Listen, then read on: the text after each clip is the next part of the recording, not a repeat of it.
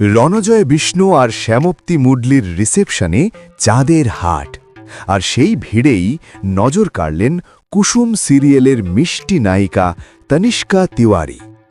এসেই তিনি যা করলেন তা দেখে সবাই মুগ্ধ। মিষ্টি হাসি দিয়ে সোজা ছুটে গেলেন রণজয়ের কাছে। ভাই বোনের মতো এই মিষ্টি সম্পর্ক দেখে উপস্থিত অতিথিদের মন ভরে গেল। এরপর তনিষ্কার চোখ গেল খাবারের দিকে। এলাহি আয়োজন আর মেনু দেখে রীতিমতো চমকে গেলেন তিনি। এত রকমের পদ দেখে লোভ সামলানো সত্যিই দায়। তবে শুধু খাওয়া দাওয়া আর আড্ডাই নয়, তনিষ্কা নিয়ে এসেছিলেন বিশেষ উপহার।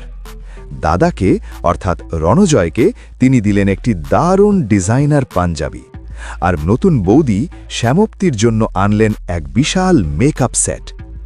অভিনেত্রী হিসেবে তিনি জানেন শ্যামপ্তির মেকআপের প্রতি ভালোবাসা, তাই একদম মনের মতো উপহার বেছে নিলেন।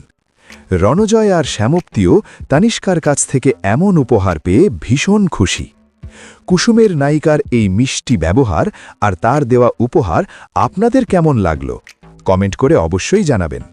আর বিনোদনের সব টাটকা খবর পেতে চ্যানেলটি সাবস্ক্রাইব করে সঙ্গেই থাকুন।